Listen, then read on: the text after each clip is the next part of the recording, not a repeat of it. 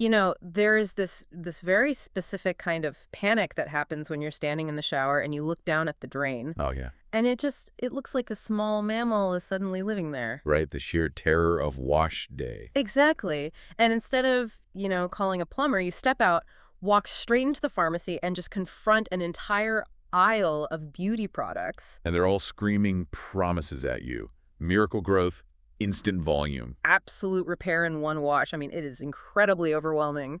But we are cutting entirely through that marketing noise today. We really are. We're putting a stop to the beauty aisle magic show. Right, and we're approaching hair care like an actual scientist. Which means grounding every single choice you make in biological reality, rather than, the latest social media hype.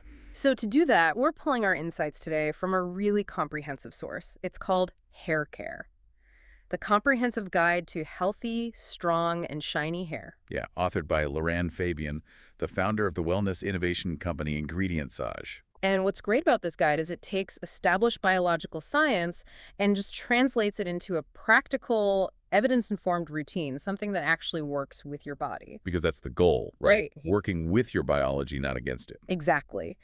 And I want to speak directly to you, the listener, for a second here. If you have ever felt completely lost trying to decode a shampoo label full of, unpronounceable chemicals. Which is most of them, honestly. Right. Or if you've ever had that moment of sheer panic over the volume of hair in your shower drain, you are going to find a lot of clarity in this deep dive. We are breaking it all down. Yeah. Starting with the fact that protecting your scalp's natural barrier is where true hair resilience actually begins. Okay, let's unpack this.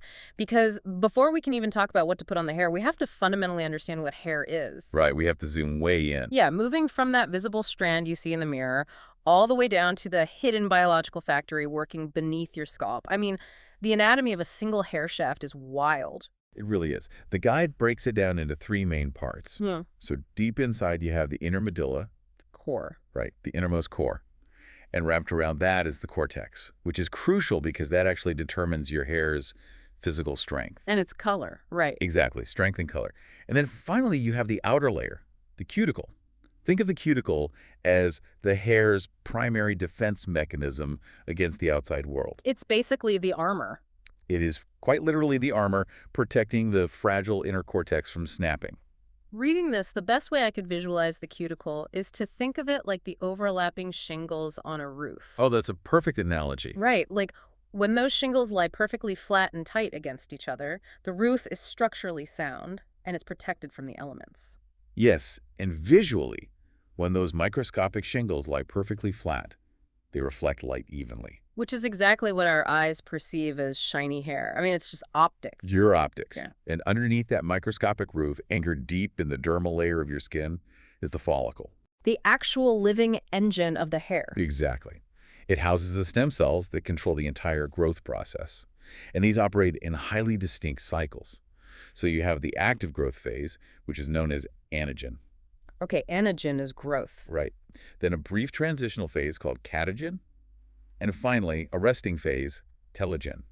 Which brings me back to my shower drain panic, honestly, because the guide points out that a normal amount of daily shedding is anywhere between 50 to 100 hairs. 100 hairs is totally normal. 100 hairs. I mean, when I read that, I had to pause because seeing 100 long hairs tangled in your brush or circling the drain, it feels highly alarming. It does. It visually looks like a massive amount of hair loss, especially if your hair is long or thick, because the sheer volume of the shed hair clumps together. It looks like a wig just fell out. But if we connect this to the bigger picture, it makes total sense. You have roughly 100,000 follicles on your head. Wow. And they are constantly cycling through those growth and resting phases asynchronously.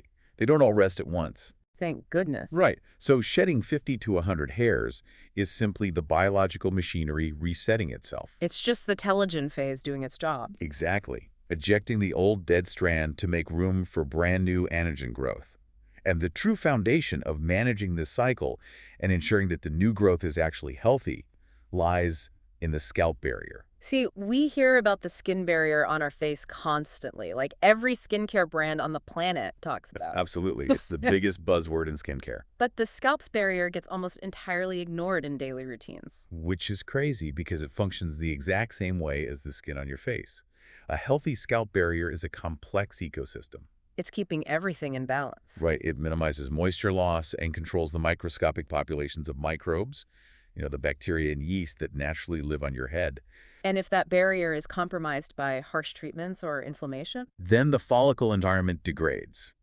The hair that eventually emerges from a damaged follicle is going to lack elasticity, and it's going to look completely dull before it even grows an inch. So if the scalp is this delicate functioning biological ecosystem, our very next challenge is figuring out how we clean it without destroying that exact ecosystem. Which is where a lot of people go wrong. Yeah, we all wash our hair, but apparently a massive chunk of us are doing it fundamentally wrong.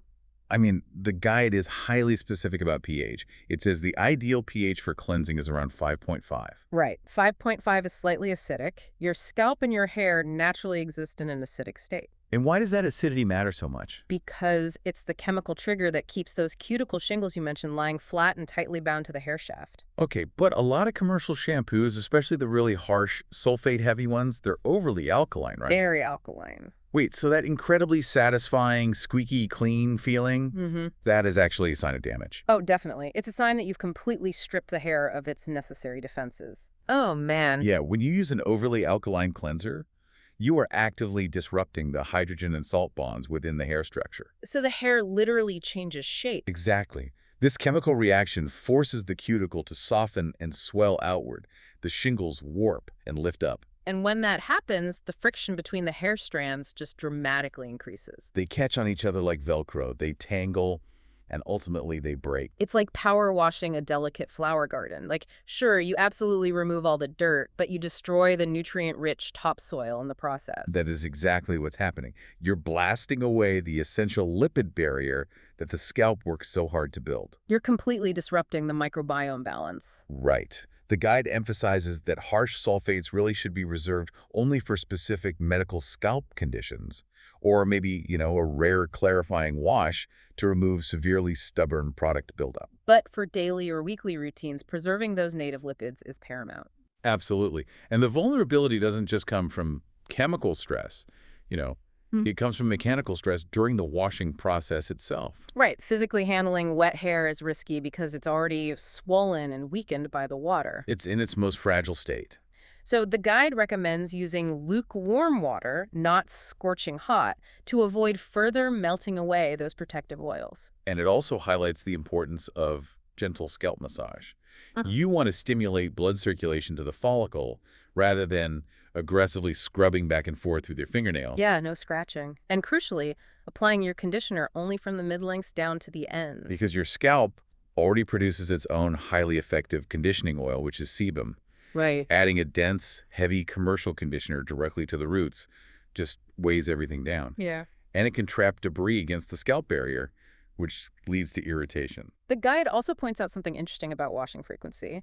It shouldn't be based on some arbitrary calendar schedule like, oh, I wash every other day. No, it should be based entirely on your hair-specific texture. Yeah. Like if you have straight or oily hair, the sebum travels straight down the shaft very quickly, meaning you naturally need more frequent washing. Makes sense. Gravity in a straight path. Exactly. But if you have curly or coarse hair, those natural oils have a much harder time navigating the twists and turns of the curl. Right, they get stuck. So you actually need much longer intervals between washes to protect your underlying moisture levels. You have to work with your hair's physical architecture, not against it. Gentle detangling when the hair has sufficient slip from a conditioner, minimizing that mechanical.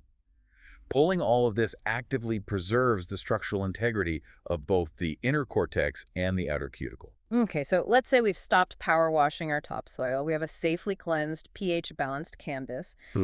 How do we actively reinforce it? Now we start building it back up. Right. We need to transition from just removing dirt to strategically applying science-backed ingredients. We're looking at what the source calls the 2026 ingredient arsenal. And it highlights a few major heavy hitters. First up are ceramides. Okay, ceramides. What are those doing? Ceramides are lipid molecules naturally found in high concentrations within the hair cuticle.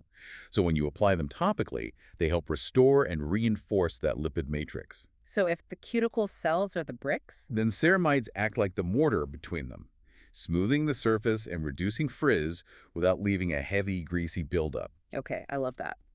Then there are peptides. specifically copper peptides. The guide mentions these are used for follicle signaling, which I have to say sounds very sci-fi. How does that actually work in practice? It does sound futuristic, but it's really just rooted in cellular communication. As follicles age or, as they're subjected to environmental stress, the stem cells inside them can become sluggish. They sort of fall asleep. Yeah, they need chemical signaling to kickstart that active antigen growth phase again. And that's where the peptides come in. Right.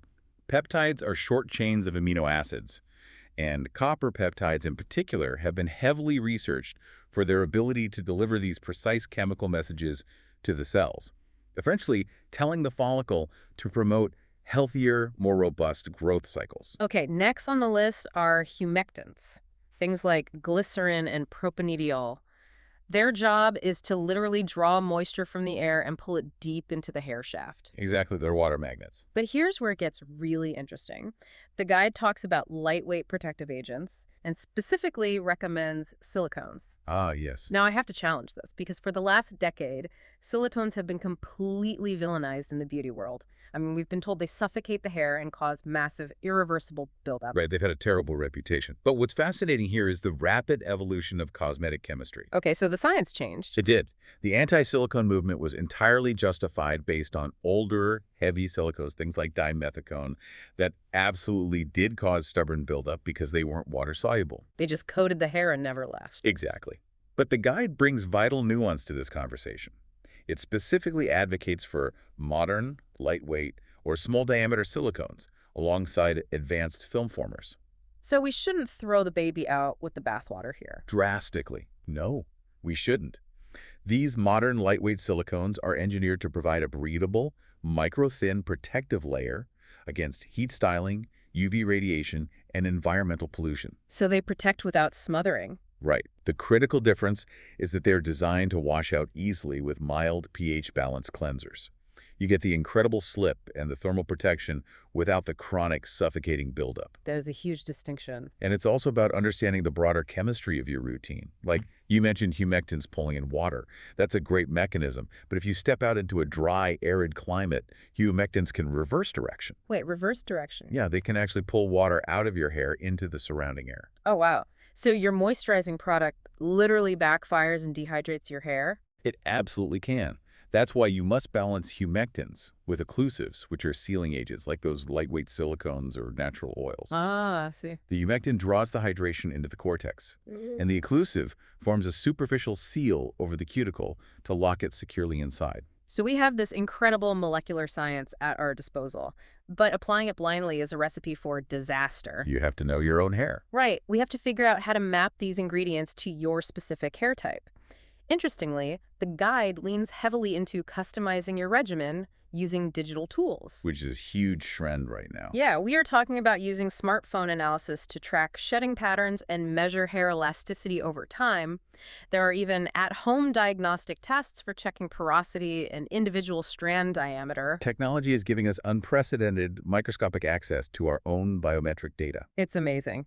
By taking consistent, highly magnified images of your scalp with a smartphone attachment, you can objectively observe if a new copper peptide serum is actually increasing your follicle density over 6 months, rather than just guessing based on how your hair feels. But, I mean, if an app is scanning your biometric data at a microscopic level, you really need to know where that data is going. Oh, 100%. And that's the catch. If you're scanning your scalp biometrics, you are handing over highly personal health data. Yeah, you have to be careful. You must evaluate the privacy policies of these digital tools before you start uploading high-resolution images of your skin to a third-party server. Right. And more importantly, you need to treat these digital insights as just one piece of a broader diagnostic puzzle. An app can track visual changes over time, but it absolutely cannot replace a clinical diagnosis from a medical professional if something is truly wrong. It's a tool, not a doctor. Exactly. But combining those diagnostic tools with highly specific routines is where the real magic happens. The guide breaks down actionable plans by hair type. For curly and coily hair, it's all about intense hydration. They need it the most. Right. It recommends the LOC or LO methods. That stands for liquid, oil, cream, or liquid, oil, oil. It's a highly specific layering technique designed to trap moisture inside a cuticle that naturally wants to lift. And importantly, detangling should only ever happen with a wide-tooth comb on wet hair to prevent snapping the curl pattern. Never dry. Never dry. Wow. Curly hair has innate points of structural weakness at every single turn and twist of the curl. Taking a dry brush to that structure is a guaranteed recipe for massive mechanical breakage. Then for straight and wavy hair, the strategy flips completely. They need lightweight moisturizers, gentle surfactants, and often silicone-free options so the hair doesn't lose its bounce and get weighed down at the root. Keep it light. Exactly. And for fine or thinning hair, the focus shifts entirely to the scalp, using scalp-focused serums and volumizing products while strictly avoiding heavy oils. Yeah, heavy oils are a mistake there. The guide mentions that putting heavy oils on fine hair creates what they call a self-limiting shine, which basically means it just looks incredibly greasy, not healthy. It really comes down to formulation compatibility. Heavy oils completely overwhelm the fine, narrow diameter of a thin hair strand. The strand simply cannot absorb or support that molecular weight. Now, regarding how to implement all this, I want to ask you, the listener, what stands out to you about how you currently test your beauty products? Oh, this is a big one. Because I know I am notoriously guilty of buying like 3 new serums and using them all on the exact same day. Everyone does it. It's so tempting. But the guide's action plan is strict. It says you should introduce only 1 new product every 4 to 6 weeks and meticulously log the results. It's basically an elimination diet for your hair. An elimination diet is the perfect framework. Think about if you change your sulfate shampoo, add a rich ceramide mask, and start a copper peptide scalp serum all in the same week, and suddenly your scalp is burning. Or conversely, your hair looks amazing. Right. You have absolutely no idea which specific product caused the reaction. Science requires isolating your variables. Taking it month by month gives your hair's biological cycle the necessary time to respond, and it gives you clear, actionable data. But even if we perfectly isolate our variables and log our results, we are still navigating a massive minefield of misleading marketing claims out there. Oh, the beauty aisle is full of them. So what does this all mean? I really want to talk about this idea that natural automatically means safer, because looking at this source, the biology fundamentally disagrees. It really does. Are you telling me that just because a beautifully packaged bottle says 100% natural, earth-grown ingredients, my scalp might still completely reject it? Poison ivy is 100% natural. True. Uranium is natural. The word natural does not equal biocompatible. The guide points out that true efficacy and safety are about chemical concentration and compatibility with your specific skin biome, not whether an ingredient was synthesized in a lab or extracted directly from a leaf. Yeah. In fact, often, lab-synthesized ingredients are significantly more stable, and they have a much lower risk of causing allergic contact dermatitis because the unpredictable natural impurities have been meticulously stripped away. Another myth completely debunked in the source is that more products yield better results. Like, a trendy 12-step hair routine isn't biologically better than a targeted 3-step routine. And this raises an important question about how we, as consumers, evaluate marketing claims versus clinical reality. Yeah, how do we know it's real? The guide advocates for demanding independent testing and robust safety data over unverified, ambitious product promises. Efficacy is about using the right active ingredients consistently, not just layering 10 different conflicting formulas and hoping for a miracle. And when it comes to the term clean beauty, the source notes that responsible contract manufacturers like Ingredientsage, who sponsored this guide, are prioritizing microbiome-friendly preservatives. Which is key. Because we obviously don't want products growing mold and going rancid in our showers, but we also don't want aggressive preservatives that carpet bomb the healthy bacteria living on our scalp. They also emphasize non-irritating fragrances and fully transparent sourcing. Which is the true, functional definition of clean. It's about rigorous safety data and respecting the microbiome, not just printing marketing buzzwords on a label. Right. But as we navigate these products, we also have to recognize the physical red flags where cosmetics simply stop working entirely. Right. There is a hard line between a cosmetic issue and a medical emergency. The guide notes that things like common dandruff or mild seborrheic dermatitis can often be managed effectively at home by adjusting your routine. Using gentle anti-dandruff washes and focusing on barrier support. Exactly. But there are strict limits to what you can do in your bathroom. There are. If you are experiencing unexplained, rapid hair loss that comes out in clumps, if you feel severe localized inflammation, burning, or you see a scaly rash developing on your scalp. Those are not cosmetic problems. No. No luxury serum or hydrating shampoo is going to cure an autoimmune response or a severe systemic vitamin deficiency. When you see those red flags, you need immediate evaluation by a board-certified dermatologist or a trichologist.